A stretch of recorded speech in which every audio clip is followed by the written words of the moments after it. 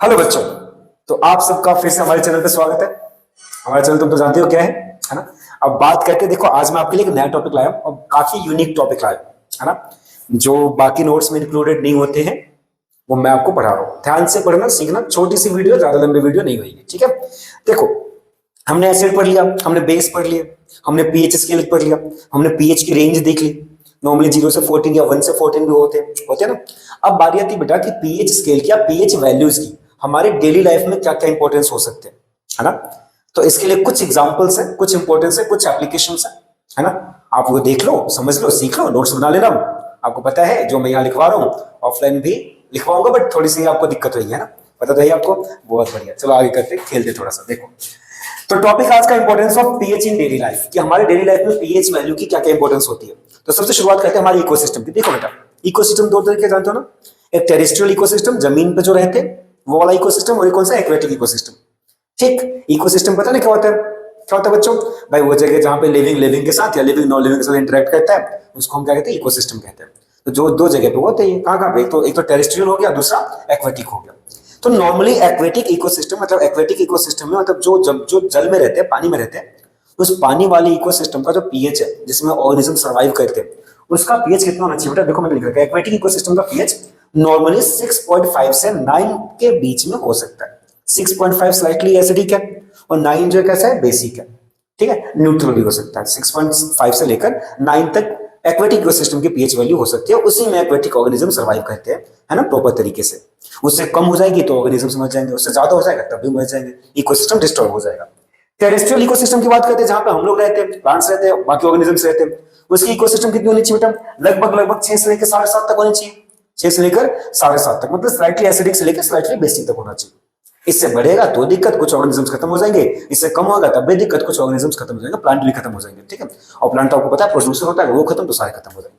ठीक है, चलो बहुत बढ़िया, यहां तक समझ में आ गया। फिर बारी आती है, ये एनसीईआरटी में आपका क्वेश्चन है कि हमारे जो ग्राउंड होते हैं, या ग्राउंड क्या है, हमारा जो गार्डन होता है या बैकयार्ड होता है ना, उसमें जो हम थोड़ी सी खेती बाड़ी करते हैं, फूल वगैरह लगाते हैं ना, तो उसका पीएच कितना होता है? तो हमारे जो बैकयार्ड है, जो गार्डन वगैरह होते हैं, इसका एवरेज पीएच कितना होना चाहिए बेटा? कितना होना चाहिए? 6 से 7 होना चाहिए। कितना होना चाहिए? 6 से 7 के बीच में होना चाहिए, ताकि वहां पे जो प्लांट्स हैं, जो फ्लावर्स वगैरह लगाते हैं, वो प्रॉपर तरीके से ग्रो कर सके, है ना, और जर्मिनेट हो सके। इससे ज्यादा हो जाएगी तो दिक्कत, कम हो जाएगी तब भी दिक्कत होगी, ग्रोथ में दिक्कतें आएंगी। ठीक, अच्छा। फिर बात आती है बेटा ऑर्गेनिजम्स की बात करते हैं, है ना, ध्यान सीखना। ऑर्गेनिजम्स की बात करते हैं बेटा, जो प्लांट्स हैं, प्लांट्स के ग्रोथ के लिए पीएच वैल्यू कितनी होनी चाहिए? तो बेटा 6 से 7 के बीच में होनी चाहिए। अभी मैंने बताया आपको कि भैया अगर पीएच वैल्यू सॉइल की कितनी 6 से 7 के बीच में होगी तो प्लांट्स की ग्रोथ प्रॉपर होगी। तो प्लांट की पीएच कितनी होगी, ग्रोथ के लिए कितनी चाहिए भाई? प्लांट को पीएच वैल्यू कितनी चाहिए? 6 से 7 के बीच में चाहिए, 6 से लेकर 7 तक चाहिए। ठीक है, उससे ज्यादा नहीं। उससे ज्यादा हो तो बेसिक ग्रोथ नहीं कर पाएगा, उससे कम हो तो एसिडिक, वो डिसॉल्व हो जाएगा, है ना, मेम्ब्रेन, सेल वॉल, ये सब खत्म हो जाएंगे। ठीक, बात करते हैं एनिमल्स। एनिमल्स की बात करते हैं, जैसे कि कौन सा मैंने बताया, टेरेस्ट्रियल एक्वेटिक वाले बताई दिया। अब बात बेटा ह्यूमंस की बात करते हैं, तो बेटा हमारी बॉडी जो है ना, हमारी बॉडी की जो वर्किंग है, हमारी बॉडी के जो ऑर्गन्स है, टिश्यूज है ना, ये सारे जो वर्क करते हैं, उनको एवरेज पीएच कितना चाहिए बेटा? 7 से लेकर साढ़े मतलब 7.8 तक चाहिए। कितना चाहिए? 7 से 7.8। अगर आप ध्यान से देखो तो ये इसके बीच का अगर पीएच है वो कैसा होगा? स्लाइटली बेसिक है। तो हमारी बॉडी जो पूरी पूरी पूरी बॉडी स्लाइटली बेसिक पीएच पे ही काम करती है, एसिडिक पीएच पे काम नहीं करती है। समझ में आ गई बात? हमारी बॉडी की वर्किंग पीएच कितनी बेटा? 7 से लेकर 7.8 तक। ठीक, इससे कम हो जाएगी तो दिक्कत हो जाएगी, एसिडिक पीएच पे काम दिक्कत आती है, दिक्कतें आती है उसमें। ठीक है, जैसे देखो हमारे ब्लड में क्या बाइकार्बोनेट आयन होता है, ताकि हमारे ब्लड का पीएच कैसा होता है? बेसिक होता है। और मैंने आपको लिखा होगा, नहीं लिखा तो देखो, यहाँ लिख रखा मैंने कि हमारे ब्लड का पीएच कितना होता है? 7.4 होता है। कितना होता है? 7.4, वो भी बेसिक है। तो ब्लड तो हर जगह पे प्लाज्मा है ना, प्लाज्मा ट्रांसपोर्ट कर रहा है, प्लाज्मा में डिसॉल्व चीजें ट्रांसपोर्ट हो रही है ना। तो अब अगर प्लाज्मा ही पूरी बॉडी में ट्रांसपोर्ट हो रहा है ना, मटेरियल्स के साथ साथ न्यूट्रिएंट्स, बाकी गैसेस, जो भी चीजें, तो प्लाज्मा का है तो ब्लड का कंपोनेंट ना। ब्लड बना किससे? प्लाज्मा से तो बना वो। तो भाई ब्लड का पीएच कितना होना चाहिए? 7.4। तो हमारी बॉडी का पीएच कितना आएगा? 7 और 7.8 के बीच में ही होएगा ना, बढ़ता घटता रहता है, ठीक है, बट एसिडिक नहीं होएगा। अब बात करते बेटा किस चीज की? टूथ क्या होता है? हम पता नहीं कि आप लोगों को दांतों में छेद होने लग जाते हैं, है ना। जैसे मान लो आपने रात को खाया, है ना, और दांत ब्रश नहीं करे यहाँ पर, तो हमारे दांतों के गैप में या मसूड़ों में जो खाने के जो पार्टिकल्स है वो चिपके रह जाते हैं। ठीक है, अब वो चिपके, देखो हमारी हमारी जो माउथ है ना, जो बगल कैविटी है, जो ऑरल कैविटी है, इसमें बहुत सारे माइक्रो ऑर्गेनिज्म होते हैं, खास करके बैक्टीरिया।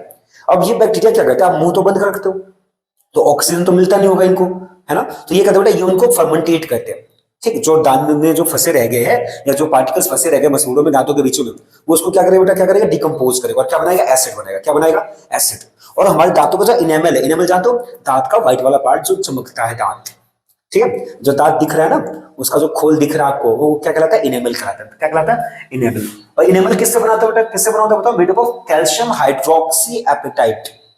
भाई ये इनेमल जो दांत दिख रहे हैं वो किसका बना होता है बताओ, कैल्शियम हाइड्रोक्सी एपेटाइट। आप पूछोगे ये क्या है, तो बेटा एक कैल्शियम फॉस्फेट का एक कंपोनेंट कह लो या एक कंपाउंड कह लो, कैल्शियम फॉस्फेट का ही एक रूप कह लो, कैल्शियम हाइड्रोक्सी एपेटाइट। इसी से हमारा टूथ बना होता है, टूथ का कवर बना होता है, जिसको बाद इनेमल कहते हैं, हिंदी में भी इनेमल ही कहते हैं, ठीक है। अच्छा, फिर बात आती है भाई इनेमल में ये कहते हैं डीके क्यों होता है, वो घिसने क्यों होता है, छेद क्यों आते हैं। मैंने आपको बताया भाई है तो मेटल का कंपाउंड है, जैसे एसिड मिलेगा, मेटल का सॉल्ट है, ये क्या है, बेसिकली सॉल्ट। जैसे एसिड कांटेक्ट में आएगा तो उसको डिकम्पोज करना शुरू कर देगा, क्या करेगा, डिकम्पोज करना शुरू कर देगा, ठीक है। समझ में आ गई बात, है ना। जब डिकम्पोज होगा तो वहां पे छेद हो जाएगा, तो उसको टूथ डीके कहते हैं, पेन होएगा, है ना, सेंसिटिविटी होगी। आप क्या करोगे, सेंसोडाइन यूज करोगे, करोगे ना, करोगे ना, बिल्कुल करोगे। फिर बात आती है बेटा कि जो टूथपेस्ट होते हैं, टूथपेस्ट ऐसा क्या काम करते हैं, जो क्या कहते हैं ना, वो डिसॉल्व कर देते हैं, या फिर कहते हैं जो बीच से फंसे तो उसको साफ कर देते हैं, है ना, या दांत चमका देते हैं। तो बेटा टूथपेस्ट जो होता है वो होता है कैसा, बेसिक नेचर का। कैसा होता है, बेसिक नेचर का। और जो भी एसिडिक पार्ट जो फंसा हुआ है वहां पे, है ना, जो डिकम्पोज हो रहा है, फर्मेंटेट हो रहा है, उसको साफ कर देगा, न्यूट्रलाइज कर देगा, साफ कर देगा, इसलिए हमारे दांत चमक जाते हैं, ठीक है भाई। अगर टूथ डीके से बचना है मेरे को, तो मैं क्या करूंगा भाई, 2 बार ब्रश करूंगा, सुबह खाने से पहले ब्रश कर दो, है ना, और रात को खाने के बाद ब्रश कर लो। हमें दिन में ब्रश करो ना करो भाई, सुबह ब्रश करो ना करो, ये तुम्हारी मर्जी है, बट रात में सोने से पहले सब कुछ खाने पीने के बाद ब्रश जरूर करना। टूथ डीके की समस्या बढ़ती जा रही है, लोग लापरवाह होते जा रहे हैं। मैं नहीं चाहता कि मेरे बच्चे लापरवाह हो, ठीक है। तो आप लोग क्या करना बेटा, रात में सोने जाने से पहले ब्रश करना है अच्छे से, उसके बाद आप कुछ भी नहीं खाना, पानी पी सकते हो, खाना नहीं कुछ भी, ठीक है। अच्छा, फिर बात आती है किस चीज की बेटा, डाइजेस्टिव सिस्टम। मैंने आपको बता रखा हमारी बॉडी में जो स्टमक है हमारा, स्टमक में एसिड होता है कंसंट्रेटेड, वो भी कौन सा, हाइड्रोक्लोरिक एसिड, जिसकी पीएच वैल्यू कितनी होती है, 1.2 स्ट्रॉन्ग एसिड, है ना। इधर रखो तो इधर से निकल जाएगा, है ना। तो बारी आती है अब ये जब इतना स्ट्रॉन्ग एसिड है तो हमारी बॉडी को बचाता कैसे। अब इतना एसिड अगर आप थैली में रख रखे हो पेट में, तो हमारे पेट में छेद क्यों नहीं कर रहा, जब यहाँ रखूंगा तो इधर निकल जाएगा, तो पेट में से क्यों नहीं निकल रहा, क्योंकि बेटा जो एसिड है ना जिस थैली में रखा हुआ है स्टमक में, उसके चारों ओर वॉल पे क्या प्रेजेंट है, म्यूकस। और म्यूकस जो है वो एसिड से रिएक्शन नहीं करता। समझ में आ रही बात, तो वो हमारे मसल्स को एसिड से बचा रहा है, म्यूकस को। इधर म्यूकस, सॉरी इधर एसिड, बीच में म्यूकस, समझ में आ रही, फिर हमारा मसल, तो मसल हमारा बचा हुआ है, ठीक है। अच्छा, इसका बात क्या बेटा, अब देखो जैसे आपने मान लो कोई चीज देखी, है ना, बहुत आपको कहते हैं टेस्टी चीज, जो आपको खाने का मन कर रहा हो, आपने वो चीज देखी, तो आपको क्या ना माउथ में सलाइवा वगैरह आ गया, लार आ गया, है ना, पानी में पानी आ गया ना, मुंह में पानी आते ना, है ना, अच्छी चीज देखकर, तो मान लो पानी टपकने लगे मुंह में, ठीक है। तो मतलब खाने का मन करा, तो हमारा जो डाइजेस्टिव सिस्टम है, हमारी बॉडी है ना, वो सेंस ऑर्गन्स पे काम करती है, डिपेंड रहती है थोड़ी बहुत। तो जैसे आप देखोगे ना खाने की चीज, तो आंखों ने देखा, मुंह में पानी आया, ब्रेन के पास सिग्नल गया, ब्रेन ने क्या करा, फटाफट फटाफट क्या करा बच्चों बताओ, हमारे स्टमक में गैस्ट्रिक जूस की सिक्रेशन बढ़ा दिया, मतलब जो एसिड की जो सिक्रेशन उसको बढ़ा दिया, एसिड रिलीज कर दिया, ताकि अब खाना आने वाला, देखा इस आदमी तो खाएगा, खाएगा तो पचाना पड़ेगा, तो हमारी बॉडी ने प्रिपरेशन शुरू कर दी, भैया आएगा, उसने देखा है, उसका मन कर रहा है खाने का, मतलब वो खाएगा। बट हम तो भाई नहीं खाते ना, कई बार होता है कि नहीं खा पाते फेवरेट चीजें, बट अब हमारे मुंह में पानी तो आ गया, तो एसिड बन गया। अब ये जो एसिड बना है, वो एसिड तो पहले से ही था, ऊपर से और एसिड उसमें कहते रिलीज हो गया, तो एसिडिक जो एसिड है उसकी कॉन्सेंट्रेशन बढ़ जाती है।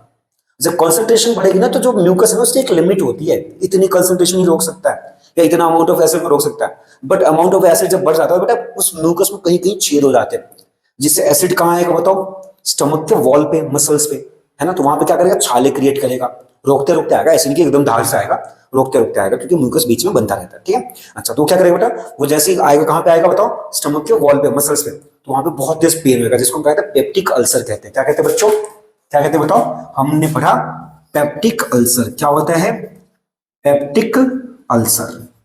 पेप्टिक अल्सर होता है, कब होता है बताओ, व्हेन पीएच ऑफ, पीएच छोड़ दो, व्हेन एसिडिटी, क्या लिखो बेटा, एसिडिटी ऑफ स्टमक, कौन सा, स्टमक इंक्रीजेस, या फिर यूं कह लो एसिडिटी ऑफ स्टमक इंक्रीजेस, या फिर अमाउंट ऑफ एसिड, है ना, HCl increase in the stomach. तब क्या होगा, जैसे इसका अमाउंट बढ़ेगी तो क्या होगा, पेप्टिक अल्सर होगा, है ना, गैस बनेगी, बहुत ज्यादा गैस बनेगी, गैस्ट्रिक प्रॉब्लम होगी, है ना, और बहुत ज्यादा पेन होगा। उस पेन से रिलीफ दिलाने के लिए हम जो कंपाउंड यूज करते हैं उसको हम कहते हैं एंटासिड, है ना, to provide relief, to provide, बताओ क्या करने के लिए, टू प्रोवाइड रिलीफ फ्रॉम, कहां से बताओ, किसके किससे, एसिडिटी। भाई ऐसे कंपाउंड जिसका यूज हम एसिडिटी को कम करने के लिए यूज करते हैं उसको हम क्या कहते हैं बताओ, उसको हम एंटासिड कहते हैं। उसका एक एग्जांपल बताओ कौन सा है, हम तो इनो पीते हैं ना, इनो, इनो में क्या होता है, इनो में होता है milk of magnesium, milk of magnesium बोलते हो मैग्नीशियम हाइड्रोक्साइड, है ना। और एग्जांपल देखो, ये पहला एग्जांपल हो गया, और एग्जांपल देखो बेकिंग सोडा, कौन सा, baking soda, sodium hydrogen carbonate, sodium bicarbonate भी कहते हैं उसको, हमने पढ़ रखा है इसको, ठीक है। तो ये जो कंपाउंड है इसको हम एंटासिड कहते हैं। क्यों कहते हैं, क्योंकि एसिडिटी को खत्म कर देता है, कम कर देता है। एसिड के ये कैसा है, बेस है, कैसे ये सब, बेकिंग सोडा क्या है, बेस, ये मैग्नीशियम हाइड्रोक्साइड क्या है, बेस, और बेस एसिड को क्या करेगा, न्यूट्रलाइज, मतलब एसिडिटी कम कर देगा, तो हमें रिलीफ मिल जाएगा। क्या मिल जाएगा, रिलीफ मिल जाएगा। क्या मिलेगा बेटा, रिलीफ मिल जाएगा। समझ में आ गई बात। तो ये हो गया डाइजेस्टिव सिस्टम वाला, ठीक है। अच्छा मैंने बता दिया गैस उसका पीएच कितना 1.2, आप कुछ देखते हो खाने का मन करता है तो पीएच कितना, तो एसिड की जो अमाउंट है कंसंट्रेशन बढ़ने लग जाती है, जिससे क्या होता है बेटा, क्या होता है बताओ, एसिडिटी होती है। क्या होती है, एसिडिटी या पेप्टिक अल्सर होता है। उससे रोकने के लिए हमें क्या चाहिए बताओ, एंटासिड चाहिए। क्या चाहिए, एंटासिड, इनो वगैरह। उसमें क्या होता है, मिल्क ऑफ मैग्नीशियम या फिर बेकिंग सोडा, हमें घर में तो वो खा लो। फिर बात है एसिड रेन।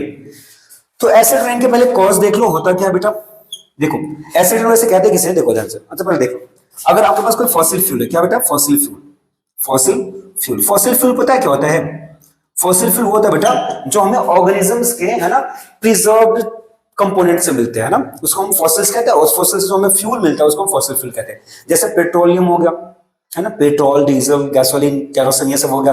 और क्या कहते हैं उसको, कोयला हो गया, लकड़ी हो गई, जो हमें हमारे लिविंग ऑर्गेनिजम्स के अवशेष से मिलते हैं, है ना, उसको हम कहते हैं फॉसिल्स कहते हैं। और जो फॉसिल्स को हम जलाते हैं, यूज करते हैं, है ना, किसके रूप में, फ्यूल को, उसको हम फॉसिल फ्यूल कहते हैं, ठीक है। तो फॉसिल फ्यूल को जब आप बर्न करते हो, जब भी आप फॉसिल फ्यूल को बर्न करते हो, तो बेटा ध्यान रखना, फॉसिल फ्यूल को जब बर्न करोगे तो हमें कुछ नॉन मेटेलिक ऑक्साइड्स मिलेंगे। क्या मिलेंगे बेटा, बताओ, non metallic oxides, non metallic oxides are produced.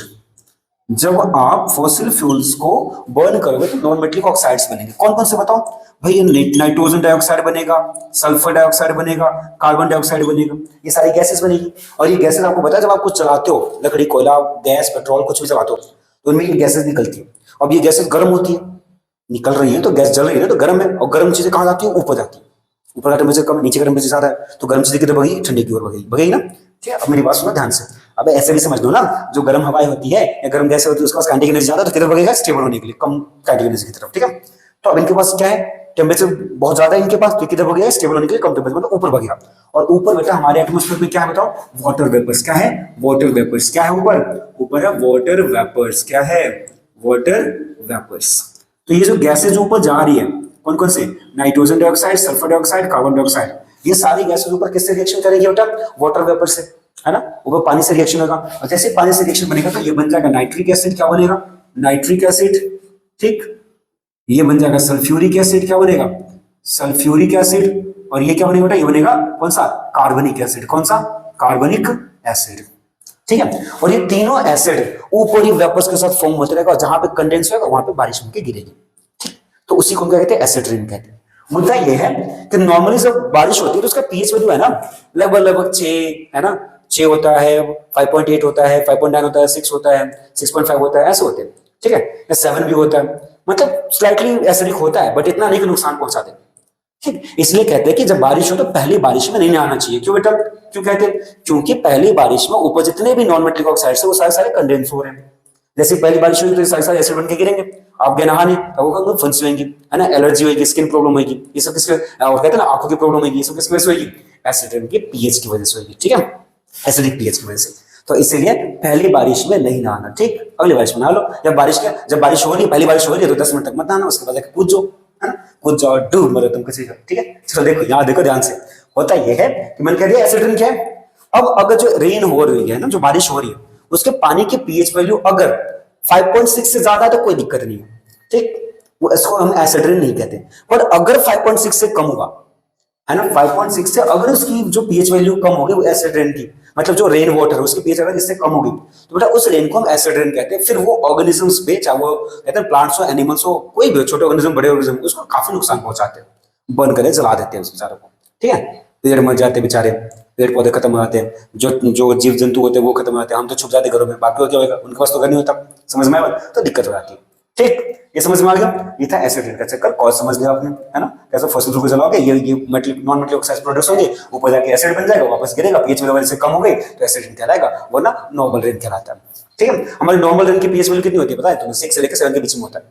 ठीक, अच्छा फिर बात आती है जो पीएच वैल्यू है ना, कुछ ऑर्गेनिज्म उसको डिफेंस मैकेनिज्म में भी यूज करते हैं।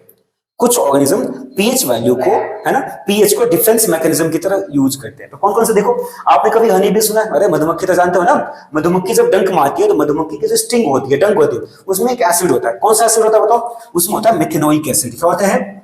Methanoic acid. मिथेनोइक एसिड को हम प्यार से फॉर्मिक एसिड भी कहते हैं। क्या कहते हैं बच्चों? Formic acid. तो देखो बुक वाले कितने चालू होते हैं, कभी कभी मिथेनोइक एसिड, कभी कभी फॉर्मिक एसिड, दोनों एक साथ लिख नहीं सकते वो, बच्चों कंफ्यूज करने के लिए ऐसे नहीं लिखा मिलेगा आपको।